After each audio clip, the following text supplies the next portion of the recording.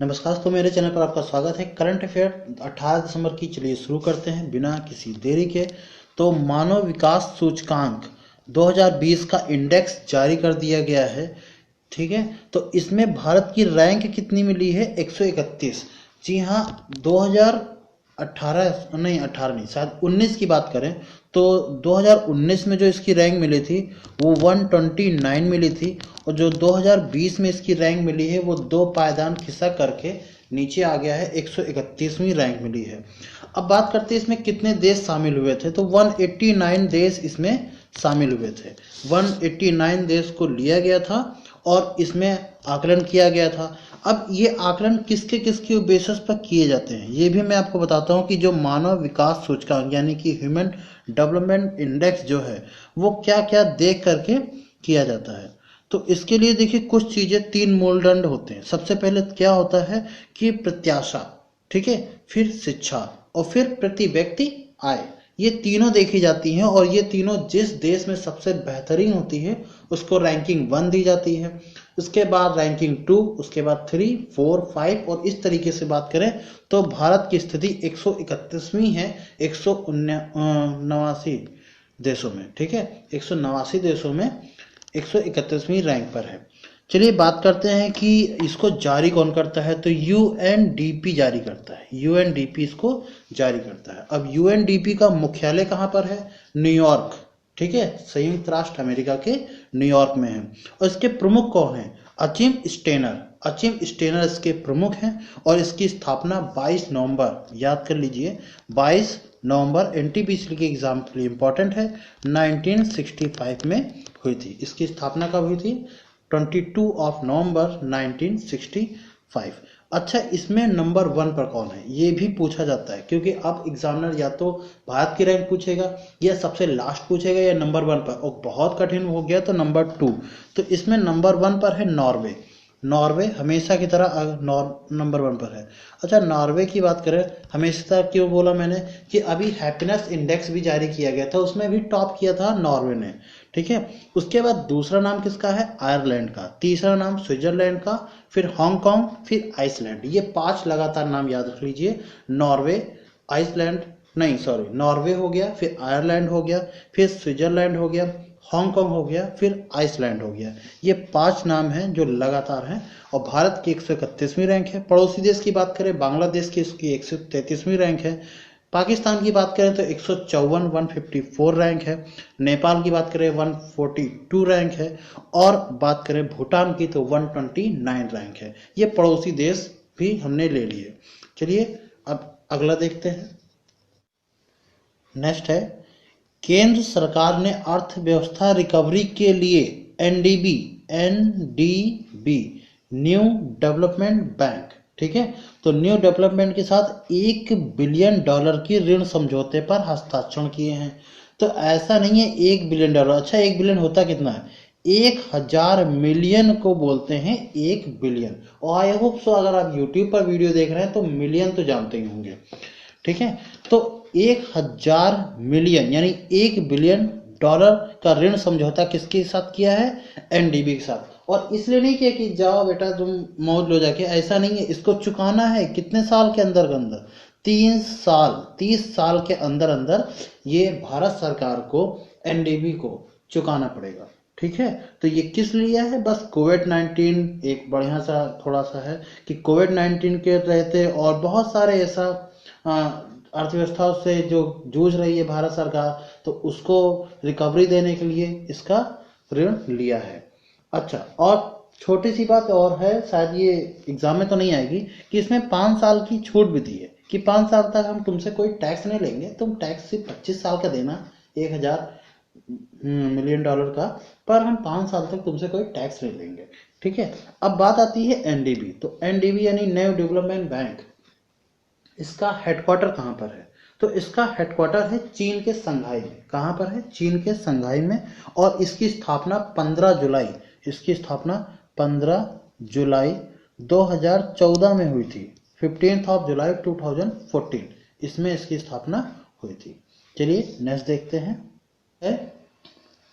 भारत और विश्व बैंक ने भारत की गरीबी वर्ग की सुरक्षा के लिए 400 मिलियन योजना की हस्ताक्षर किए हैं। तो गरीबी वर्ग की सुरक्षा के लिए कितना पैसा लगाया है? 400 मिलियन अमेरिकन डॉलर का पैसा लगा दिया है। किसने? भारत ने लगाया है। किससे लेके लगाया है? विश्व बैंक से लेके लगाया है। अब देखते हैं कितनी गरीबी की सुरक्षा होती है। फिलहाल हम बात करेंगे विश्व बैंक की। तो विश्व बैंक की स्थापना कब हुई थी? तो जुलाई में हुई थी। आपको ये याद रखना है 1944 1944 में हुई थी। डेविड मालपास इसके अध्यक्ष हैं और इसका जो मुख्यालय यानी हेडक्वार्टर है वो वाशिंगटन डीसी में है। और वाशिंगटन डीसी कहाँ है? संयुक्त राष्ट्र अमेरिका, यूएसए। ओके, नेक्स्ट देखते हैं। नेक्स्ट क्या है कि एसबीआई की इकोवैट की रिपोर्ट के रिपोर्ट में वित्तीय वर्ष 2021 के लिए भारत की जीडीपी कितना रखी है? 7.4% रखी है। कितनी रखी है? 7.4% रखने का अनुमान जताया है। अब जीडीपी के बारे में बात करें तो कई लोगों ने अपनी रेटिंग दी है।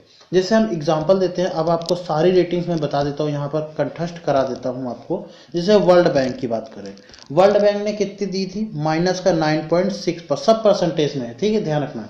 आईएमएफ ने कितनी दी है? आईएमएफ एक बार देखते हैं। आईएमएफ तो माइनस का 10.3%। ओके, अब एडीबी एशिया डेवलपमेंट बैंक, ये इसने कितने दी है? माइनस का 8%। ठीक है, शायद ये 7 भी हो गया, एक बार चेक कर लीजिएगा। ठीक है, अब फिंच ने कितनी रेटिंग दी है? फिंच ने, तो फिंच ने रेटिंग दी है आपकी 9.4, वो भी सब माइनस में है भाई, कहीं माइनस ना लगाए तो बता देना। ठीक है, RBI reserve bank of India, इसने भी बताया है कि कितनी अनुमान है, तो माइनस का 7.5 रहने का अनुमान है। ठीक है, 7.5। तो क्रिसिल, चलो क्रिसिल की बात करते हैं। क्रिसिल, तो क्रिसिल ने कितनी देने की बात करी है? तो क्रिसिल ने बताया है कि माइनस का 7.7% की दर से, ये भी पहले 9 बोल रहे थे पर कह रहा माइनस का 7.7% की दर से बढ़ने का अनुमान है। थोड़ा सा इन्होंने कहा ठीक है। और अभी एसबीआई की रेटिंग आ गई है, तो एसबीआई की भी आप याद रखेंगे, माइनस का 7.4%। तो ये सारी रेटिंग्स एजेंसी जो हैं ये अनुमान लगा रही हैं, पर इन सब का अनुमान लगा करके, चलो ये तो अनुमान लगाती हैं, पर इन सब का बाप कौन है? मतलब एनएसओ। ये क्या करता है? वो अनुमान लगाते हैं, ये एग्जैक्ट फिगर देता है, ये 4 क्वार्टर में जीडीपी को नापता है और फिर ओवरऑल परसेंटेज देता है। ये अनुमान नहीं लगाता, ये कहता है हम आखिरी में देंगे दिसंबर में, सॉरी दिसंबर नहीं, मार्च में देंगे, पर बिल्कुल कंठस्थ रूप से बिल्कुल देंगे, बिल्कुल सटीक। तो सबसे पहले इन्होंने Q1 की नाप ली है। Q1 की कितनी थी? माइनस का 23.9%, माइनस का 23.9%। इस बार Q2 की कितनी नापी है? माइनस का 7.5%। अब Q3 की जब नापेगा तो मैं बता दूंगा। ठीक है, तो ये आपको इतनी चीजें याद रखनी है। चलिए नेक्स्ट क्वेश्चन देखते हैं। ऑलराइट, तो नेक्स्ट देखते हैं कि भारतीय अंतरिक्ष अनुसंधान संगठन यानी ISRO, Indian Space Research Organisation के द्वारा बेंगलुरु, यहाँ पर ये ध्यान रखना कि इसरो का हेडक्वार्टर भी बेंगलुरु में है, बेंगलुरु के कर्नाटक में है। ठीक है, फिलहाल नेत्रा NETRA नामक एक समर्पित क्या है कि परिस्थिति संबंधी जागरूकता, आप इंग्लिश में देखिए ज़्यादा सटीक समझ में आएगा, स्पेस सिचुएशनल अवेयरनेस। तो स्पेस सिचुएशनल अवेयरनेस को नियंत्रित करने के लिए, उसको परखने के लिए, ठीक है, कि क्या क्या हो रहा है स्पेस में, उसके लिए इन्होंने नेत्रा नामक एक पहल शुरुआत की है। तो आपको बस इतना याद रखना है। फिलहाल नेत्रा का यहाँ से इंपॉर्टेंट बनता है नेत्रा का फुल फॉर्म, और इसरो का तो हमने बता ही दिया है। इसरो के अध्यक्ष कौन है? KS सिवान, और इसका हेडक्वार्टर कहाँ पर है? बेंगलुरु के कर्नाटक में है, ये भी मैंने अभी अभी बताया। फिलहाल नेत्रा की बात आती है तो इसका फुल फॉर्म क्या है? तो नेत्रा का फुल फॉर्म है नेटवर्क फॉर स्पेस ऑब्जेक्ट, ध्यान रखना, network for space object tracking. ठीक है, ट्रैकिंग, TR से ट्रैकिंग और A फॉर एनालिसिस। थोड़ा सा दुविधा वाला है पर फिर भी याद रखेंगे आप, network for space object tracking and analysis, ये नेत्रा का फुल फॉर्म है, आप इसको याद रखेंगे। चलिए नेक्स्ट देखते हैं। नेक्स्ट क्या है कि प्रधानमंत्री मोदी ने यानी PM मोदी ने गुजरात में दुनिया का सबसे बड़ा नवीनीकरण ऊर्जा पार्क का शिलान्यास कर दिया है। तो भैया सबसे बड़ा ऊर्जा का पार्क कहाँ खोला गया है? पहली बात आपको पता होना चाहिए, गुजरात में खोला गया है। और ये कितने हेक्टेयर की जमीन पर है? तो अब मैं बता दूं आपको कि 72,600 हेक्टेयर की बंजर भूमि पर ये फैला हुआ है, और जिसमें से 49 600 हेक्टेयर पर बंजर भूमि पर इसका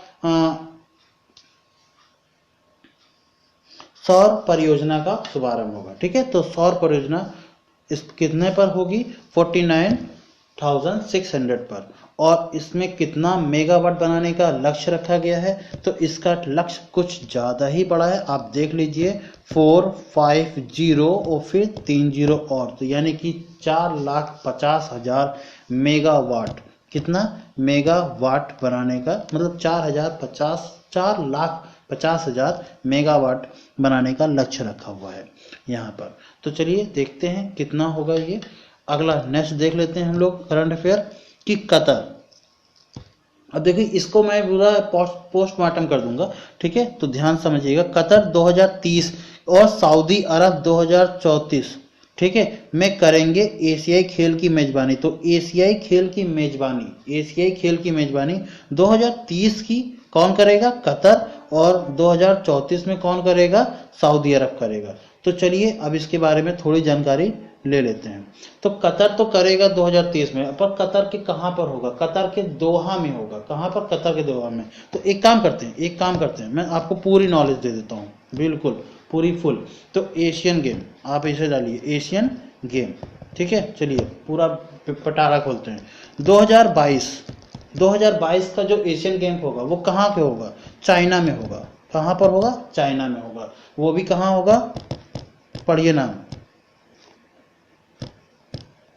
हंजियो। ठीक है, हंजियो करके है कुछ ऐसे ही। अब 2026 का कहाँ पर होगा? जापान में होगा। कहाँ पर होगा? जापान में। और जापान में कहाँ पर? नागोया में। ठीक है, 2005 ये एशियन गेम की बात कर रहे हैं सिर्फ अभी 2026 में।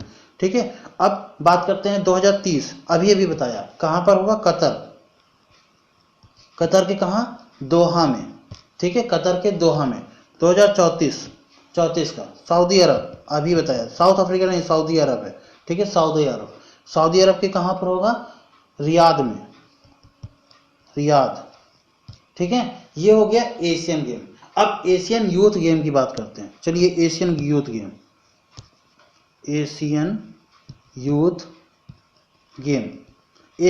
गेम की बात करते हैं। तो एशियन यूथ गेम 2021 का कहाँ होगा? चाइना में होगा। चाइना में कहाँ होगा? सौंतू में, SANTAU, सौंतू में होगा। ठीक है, 2025 का ये कहाँ होगा? उज्बेकिस्तान में होगा। उज्बेकिस्तान, स्पेलिंग भाई मिला लेना थोड़ा, ठीक है, इंग्लिश थोड़ी सी गड़बड़ा है। उज्बेकिस्तान के कहाँ पर होगा? ताशकेंत। उज्बेकिस्तान के ताशकेंत में होगा। एक और मैं बता देता हूं आपको। ठीक है, एशियन यूथ पैरा